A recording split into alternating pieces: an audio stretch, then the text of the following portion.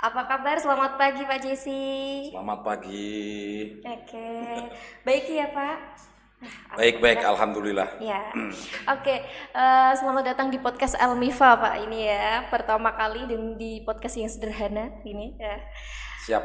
Oke. Mohon untuk bersedia melantunkan jargon kita di Oh, podcastnya iya, Pak. iya, iya. Ya. Apa tadi? Bincang-bincang Bincang-bincang membawa manfaat, membawa manfaat. memperluas wawasan. Iya. Oke Oke. ya, sekali lagi ya Pak. Siap. Obrolan bukan sekadar obrolan tetapi obrolan BBM. Bincang-bincang membawa manfaat, memperluas wawasan. Wah,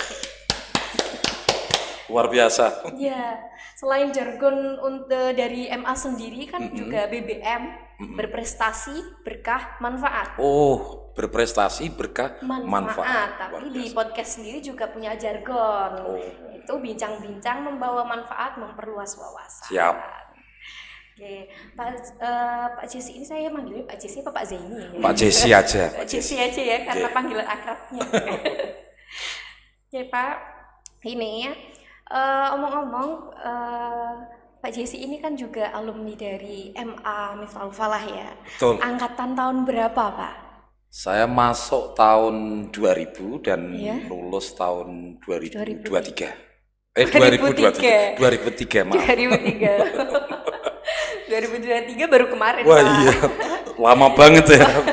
Berapa tahun itu? 2000. Berarti kalau 2000 itu saya baru lahir. Iya. Saya baru lahir. Ya, Kalau Pak saya baru lahir juga. baru lahir. Terlahir dia. di MA Miftahul Oke, Falah gitu. iya. Sama-sama baru lahir tapi beda tempat aja ya. Ya, tapi secara ideologi memang saya banyak dilahirkan dari Miftahul Falah. Ini saya Alhamdulillah. syukuri betul ini. Begitu banyak manfaatnya ya Pak. Alhamdulillah, dan banyak kemajuan di sini. Dulu saya kalau di sini itu belum ada ini gedung tingkat yang sebelah itu. Sekarang sudah luar biasa. Artinya Miftahul Falah ini semakin lama ya semakin meningkat dan berkah tentunya. Wah, Itu sih. alhamdulillah. Oke, benar sekali nih Pak. Oh ya Pak, ini nih, mumpung masih hangat-hangatnya ini ya, menyambut bulan Ramadan ini kan udah mau Ramadan nih Pak, Betul, sebentar betul. lagi.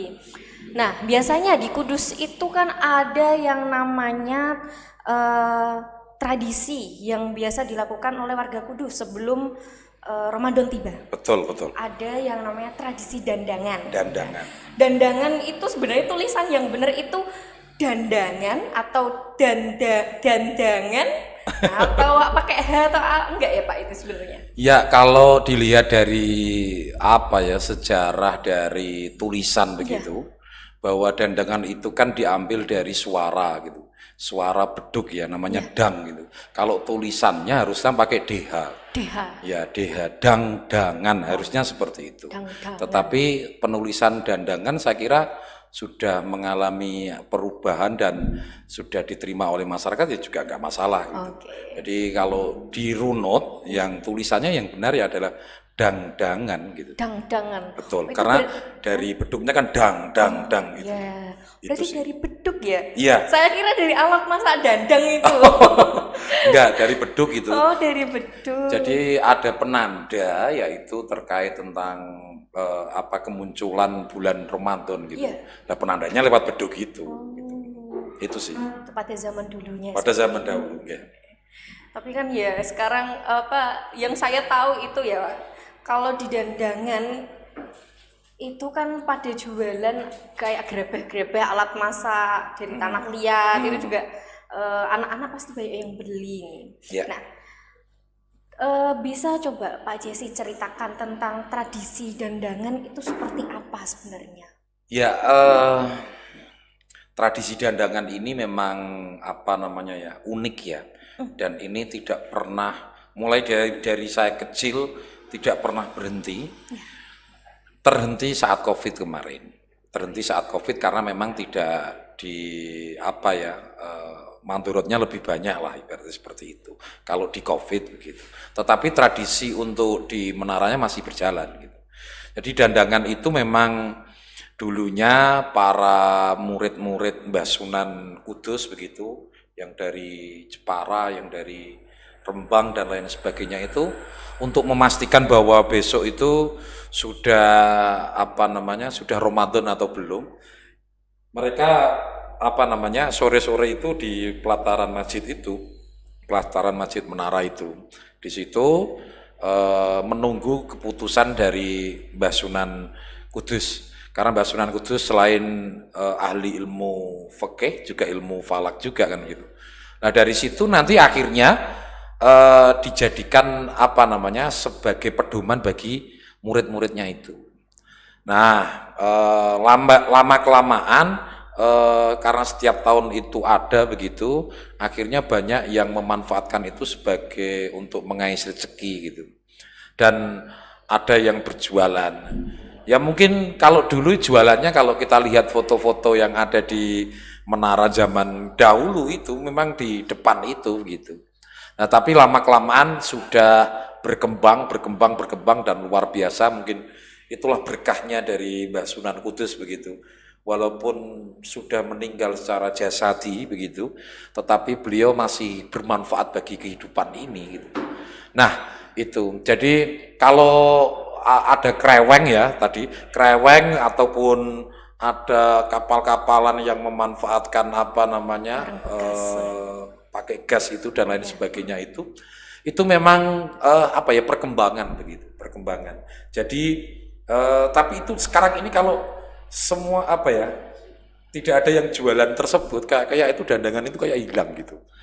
Kok kayak hilang. Makanya bagi teman-teman yang tergabung di YM3SK ini atau Yayasan Menara dan Makam Sunan Kudus ini berinisiasi untuk menghidupkan kembali terkait tentang jajanan tradisional, jajanan jadul, terus yang dijual juga tradisional, serta hal-hal yang bisa tidak hanya sekedar untuk membangkitkan atau recall memori saja, tetapi lebih daripada itu yaitu kita ini bisa melakukan rekonstruksi budaya tentunya, yang itu akan melahirkan nilai-nilai yang luhur. Saya kira itu sih. Oke, berarti tadi dari kreweng-krewengan itu ciri khas zaman dahulunya gitu ya Pak, hampir kayak bisa dikatakan seperti itu. Bisa dikatakan seperti itu karena memang zaman-zaman dahulu, apalagi zaman-zaman Majapahit itu kan memang banyak yang mengeksplorasi terkait tentang tanah begitu. Ada bata, terus ada kendi, ada gentong dan lain sebagainya. Itu hampir semuanya memakai tanah liat begitu, dan saya kira ada koherensi dari atau ada keterkaitan antara yang namanya kreweng dengan zaman dahulu. Saya kira itu. Oke, baik. Lalu untuk dampak sosial budayanya dari tradisi dandangan sendiri itu apa? Iya, dandangan ini menurut saya salah satu kebudayaan yang unik, tidak diada-ada tapi terus-menerus ada begitu. Ini menurut saya luar biasa ini, memang berkah dan karomah dari Mbah Sunan Kudus begitu ya. Jadi coba mengistiqomahkan, dan kata para bayai di Miftahul Falah dulu itu kan al istiqomah khairum min alfi karomah begitu. Jadi istiqomah lebih baik daripada 1000 keramat begitu, dan saya kira dandangan ini memunculkan keramat tersendiri begitu. Kalau dilihat dari segi ekonomi, orang-orang tentunya akan sangat bersyukur begitu dengan adanya dandangan, sehingga mereka bisa menjajakan yang namanya karya-karya mereka. Ada juga yang menjajakan jasa-jasa mereka, karena ini hari sudah berkembang juga. Ada jasa foto, ada pocong juga muncul di situ, terus ada macam-macam ya sekarang ya. Tapi memang kemarin hampir bergeser begitu, bahwa dandangan itu sama dengan pasar malam gitu. Tapi oleh teman-teman sudah direspon dengan baik, dan ini saya kira tahun ini adalah tahun yang menurut saya sangat terkonsep. Dandangan itu sangat terkonsep selama hidup saya ya, selama hidup saya. Jadi terkonsep, ada dialognya, ada pementasan seninya, ada UMKM-nya, ada ekrafnya, ada dan lain-lain itu. Dan tahun ini memang ada di prioritas begitu. Jadi prioritas untuk UMKM lokal itu didahulukan daripada yang dari Jawa Barat, yang dari Jawa Timur. Ternyata memang sudah dari mana-mana itu. Itu. Kalau dari segi sosial tentunya dari dandangan ini kita kita bisa belajar lah begitu. Saya sampai saat ini tuh saya mencoba untuk bukan mewajibkan ya, tapi mencoba untuk ngalap berkah begitu. Jadi kalau saya ke dandangan itu bukan semata-mata ingin ke pasar malam, tapi memang ngalap berkah terkait tentang yang namanya adanya tradisi yang dulunya dikerjakan oleh Mbah Sunan Kudus dan murid-muridnya. Jadi saya mencoba di situ untuk ngalap berkah dan giroh terkait tentang penghormatan terhadap guru dan lain sebagainya. Walaupun kita pinter, tapi kita mencoba untuk mendengarkan dari guru ini yang paling benar yang seperti apa. Saya kira itu penting. Apalagi di era zaman yang serba informasinya seperti ini ya. Guru menjadi patokan tidak hanya sekedar informasi, tapi memang akhlak dan lain sebagainya. Kalau cerdas memang ini hari sudah digantikan oleh Google gitu loh. Tapi untuk mendidik akhlak Google nggak bisa gitu. Dan Mbah Sunan Kudus saya kira tidak hanya cukup berhasil ya, mampu melahirkan ulama-ulama besar setelahnya. Itu sih. Baik. Nah, untuk dari tadi ya yang dibilang bahwa dandangan pada tahun ini itu lebih terkonsep. Nah, untuk dandangan sendiri itu yang menyelenggarakan atau yang punya gawenya itu ada dari Pemkab apa dari Disbudpar?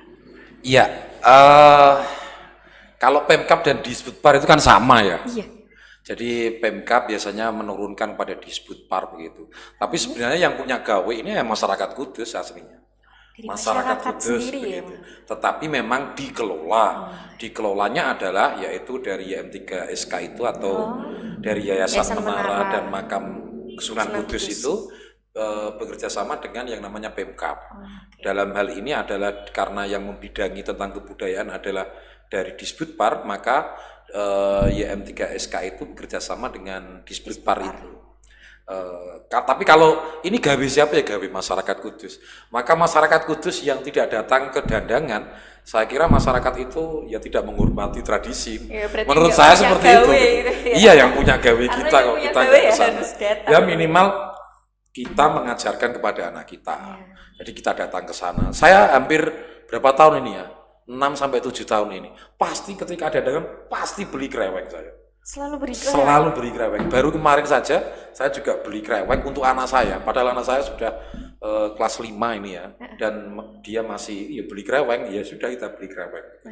Jadi kalau kita tidak beli terus hanya jalan-jalan saja ya kasihan mereka gitu. Jadi secara ekonomi juga kita kita punya jiwa sosial untuk membantu. Dan saling mensupport lah begitu. Gitu sih.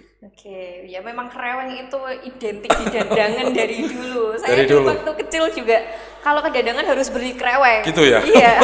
Kalau nggak beli kreweng, aku belum punya dandang yang ini. Aku belum punya yang ini seperti itu. Betul sekali betul. Ya. Nah, ini pesan untuk generasi muda sekarang ya Pak. Ya biasanya pergi ke dandangan itu cuma buat nongkrong atau enggak buat vlog video saja. Entah mungkin itu hanya sekadar lihat-lihat tok, enggak sampai tuntas ya. Buat pansos enggak pansos ya. Ya itu kira-kira bagaimana pesan buat generasi muda tersebut, bagaimana cara mengambil nilai-nilainya? Kalau saya lihat ini hari memang budaya pop culture dan urban legend itu memang sangat mempengaruhi bagi generasi Z ini. Saya tidak menyalahkan mereka karena memang setiap zaman ada orangnya dan setiap orang ada zamannya begitu. Tetapi menjadikan yang namanya kuno menjadi kini, saya kira menjadi penting begitu. Jadi giroh dandangan ini yang telah dicanangkan oleh Mbah Sunan Kudus saat itu perlu untuk kita kaji kembali. Untuk perlu kita tanamkan di dalam diri kita menjadi bara lah, menjadi bara. Jadi kalau datang ke sana kongko-kongko nggak masalah begitu. Tapi kongko-kongko itu yang ngomongin terkait tentang bagaimana nih, apa yang saya punya gawe apa yang bisa saya perbuat untuk dandangan gitu. Mungkin saya bisa ngevlog bisa gitu. Ya nggak masalah, dibuat vlog aja, tetapi memang dibagi aja. Mungkin nanti ada yang ngevlog tentang kreweng, mungkin ada yang ngevlog tentang jalur dandangan. Karena jalurnya kan berubah-ubah. Ada yang pernah sampai di Sunan Kudus, sampai di alun-alun Kudus, sampai ke Buarat Jember itu masih ke barat itu pernah. Terus ada yang memang kalau biasanya itu dari perempatan Kojan itu sampai kepada yang namanya perempatan Jember itu dari situ biasanya. Lagi-lagi ini memang tentu zaman ini kan berubah dan anak-anak muda saya kira merespon dengan passion mereka. Dengan passion mereka. Contoh mereka datang gitu, yang salahnya adalah mereka datang itu pacaran di situ. Itu kan banyak ya, kita melihat begitu. Ya ini mencederai menurut saya, mencederai tentang esensi daripada dandangan tersebut. Apakah saya menolak pacaran? Ya tentu tidak juga begitu. Itu hak mereka begitu. Tetapi untuk pacaran dibawa ke dandangan ini kan menjadi satu masalah yang secara kebudayaan ini memang mencederai. Saya lihat asli betul kemarin itu ada masih memakai seragam begitu dan itu gandengan gitu. Seragam sekolah. Seragam olahraga. Tetapi masih ada nama sekolahnya begitu. Aduh ini kok seperti ini begitu. Nah, saya kira kita patut untuk kita memberi narasi di situ. Mungkin ada peraturan yang di situ atau mungkin seperti podcast semacam ini ya sudah di-share aja begitu supaya memang anak-anak muda itu yang dandangan itu ya tidak hanya sekedar moro pacaran dan lain sebagainya begitu. Tentu ini perlu kita bukan kita salahkan tapi kita luruskan saja gitu. Saya yakin mereka datang ke situ juga ada yang memang dari panggilan hati, ada yang memang ini sudah tradisi dan lain sebagainya. Tetapi harus kalau bahasa saya itu dicerdasi atau diijtihadi kembali gitu. Terkait tentang gerakan-gerakan anak muda yang menginspirasi atau mencoba untuk menggali lagi, menemukan kembali tentang akar rumput itu. Saya kira itu. Berarti paling tidak kalau pergi ke sana cobalah untuk mengulik kembali tradisi tersebut. Betul. Ya Pak. Betul. Jadi tidak hanya hura-hura atau foya-foya saja, tapi kita juga harus bisa mengambil hikmah dari manfaat tradisi tersebut. Betul. Jadi kalau saya boleh menambahkan nggak apa-apa ini ya? Monggo. Jadi kalau boleh saya menambahkan bahwa ketika datang ke sana itu ke dandangan itu ya memang bahagia tetap begitu. Kita menyambut bulan Ramadan itu kita disuruh bahagia begitu. Tetapi memang untuk menjadikan yang namanya kalau bahasa sekarang itu vibes-nya itu itu dapat ya memang dibangun dan tidak ada lagi yang untuk menghidupkan itu kecuali anak muda. Benar. Karena bagi saya anak muda itu memang harus gitu. Contoh mungkin di MA Miftahul Falah di sini ya sudah kita ngalap berkah ke sana, sudah diwajibkan. Yang satu menulis, yang satu ini dan lain sebagainya. Wawancara, foto, terus apalagi mungkin ada yang bisa desain, pakailah desain, ada yang bisa pakai NFT dan lain sebagainya. Atau mungkin membuat buku begitu. Buku yang sifatnya foto aja begitu. Mereka foto yang satu mungkin tentang dandangan, yang satu penjualnya. Ini penjual ini. Besok ada enggak tahun besok? Ini ada. Dan itu menjadi penelitian, akhirnya menjadi data kan. Data ini paling mahal ini. Saya kira ini masukan untuk kita semuanya ya. Untuk kita semuanya yang merasa memiliki dandangan, saya kira seperti itu. Memiliki gawe. Oke, terakhir ini Pak, kesan dan pesan Bapak terkait program madrasah yang berbasis literasi dan media yang dicanangkan oleh Bapak Nuhin selaku Kepala Sekolah MAN. Saya cukup bersyukur begitu dengan adanya seperti ini. Saya sebagai alumni itu merasa tidak terputus yang namanya nasab keilmuan kalau bisa dikatakan seperti itu. Jadi kalau kemarin-kemarin itu serasa terputus begitu, karena nggak ada media untuk mengaitkan. Dengan adanya podcast, dengan adanya majalah, dengan adanya macam-macam ini, saya kira ini menjadi jalan untuk sarana komunikasi media dan informasi. Selain itu saya kira sudah saatnya memang yang namanya Miftahul Falah ini menjadi salah satu tonggak bagi kemajuan terutama di daerah lereng Muria ini. Saya kira itu patut untuk disuarakan begitu. Siapa lagi gitu? Masa dari yang lain yang tertua itu salah satunya adalah di Miftahul Falah begitu. Dan ini luar biasa. Cuma memang Pak Nuhin nggak bisa sendiri. Harus semuanya saya kira harus sejalan dengan visi misi tersebut. Tapi memang harus diingat juga bahwa media itu nanti harus ada koreksi, harus ada klarifikasi dan lain sebagainya. Dan itu saya kira hal-hal itu terjadi di dunia pesantren sudah menjadi hal yang lumrah ya. Jadi ketika ada yang namanya muhasabah, ada yang namanya basul masail dan lain sebagainya. Tradisi-tradisi seperti itu kan tidak dimiliki oleh SMA. Yang punya adalah ya santri-santri dan aliyah begitu. Dan saya sangat merasakan begitu ketika berhadapan dengan Mbah Yai Mansur almarhum begitu. Jadi disuruh membaca tafsir Jalalain gitu ya. Saya masih ingat, bahkan sampai sekarang insya Allah ya kalau ketika saya ada gawe dan lain sebagainya, beliau tidak akan saya lupakan dan akan saya tulis di situ untuk sebagai bakti saya murid terhadap sang guru begitu. Oke, terima kasih. Mungkin itu saja ya pembahasan tentang dandangan tadi dan pesan kesan untuk adik-adik tercinta di MA Miftahul Falah ya. Oke, terima kasih. Tidak hanya di Miftahul Falah ini, nanti ya, kan banyak ya. Oh iya, untuk semuanya. Sedunia ini nanti. Satu dunia. Karena ada lulusan Miftahul Falah itu yang sudah sekarang itu kalau nggak salah di Norwegia kalau nggak salah. Iya, jadi lulusan Miftahul Falah ini kan sudah menyebar di mana-mana. Sudah ada di mana-mana. Sudah di mana-mana. Di luar negeri juga ada ya. Saya juga tergabung di imam dan menjadi pengurus di situ kan. Walaupun ketika ada acara saya nggak datang. Ya karena bareng dengan acara, tapi saat rapat, saat koordinasi Zoom dan lain sebagainya, insya Allah saya datang. Gitu. Itu sih. Iya, karena memang banyak kesibukan dan mendapatkan manfaatnya gitu ya. Ya, saya sangat bersyukur bisa belajar di Miftahul Falah, termasuk ini hari saya bisa seperti ini, saya kira ya berkat dari para guru-guru dan sampai sekarang. Ketika ketemu dengan Bu Masrufa saya harus cium tangan, ya saya cium tangan gitu.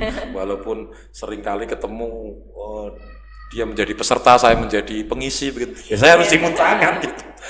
Sering terjadi semacam itu. Terbalik kayak gitu. Iya. Gitu. Iya. Begitu. Oke, terima kasih Pak Zain. Siap. Pak Muhammad Zain, SPD, MPD. Terima kasih sudah menyempatkan waktunya datang ke podcast sederhana, podcast Elmifa ini.